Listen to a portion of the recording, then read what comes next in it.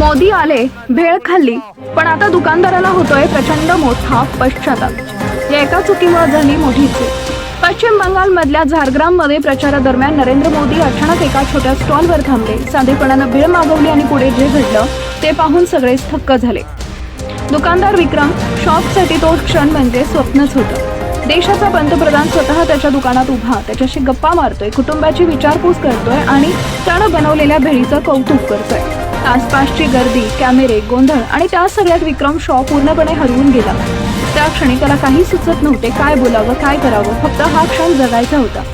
पण जेव्हा मोदी तिथून निघून गेल्यावर विक्रम शॉला एका गोष्टीची खंत वाटू लागली, ती म्हणजे त्याने पंतप्रधानांचा ऑटोग्राफ मागितला नाही। आयुष्यात एकदाच मिळणारी संधी आणि तरीही काहीतरी राहून गेलं।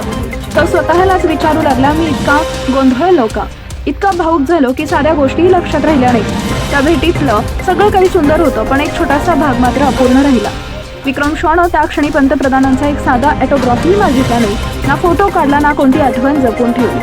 फक्त त्या क्षणात तो हरवून गेला। आज तो म्हणतो, जर त्यावेळी थोडंसं धाडस केलं असतं तर आयुष्यभरासाठी माझ्याकडे एक अनमोल आठवण असती।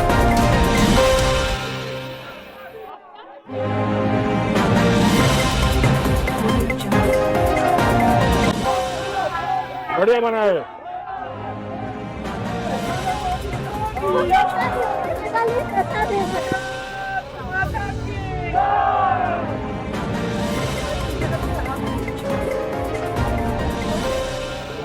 चलो।